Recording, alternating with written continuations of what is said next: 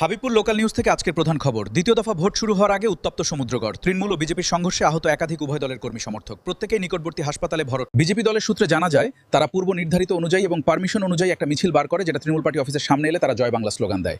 বিপরীত দিক থেকেও জয় শ্রীরাম। অতি দ্রুততার সঙ্গে নাদন থানার পুলিশ ও কেন্দ্রবাহিনী ঘটনাস্থলে পৌঁছালে পরিস্থিতি নিয়ন্ত্রণে আসে।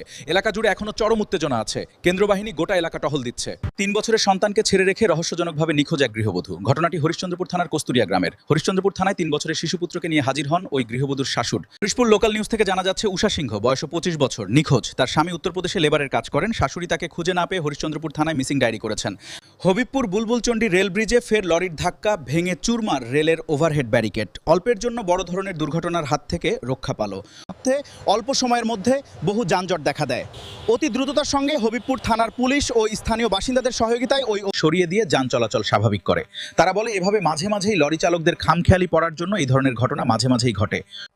মোটর বাইকের ধাক্কায় গুরুতর জখম হলেন এক যুবক। ঘটনাটি ঘটে ময়না 12 নং জাতীয় সড়ক এলাকায়। স্থানীয় বাসিন্দারা গুরুতর আঘাত অবস্থায় ওই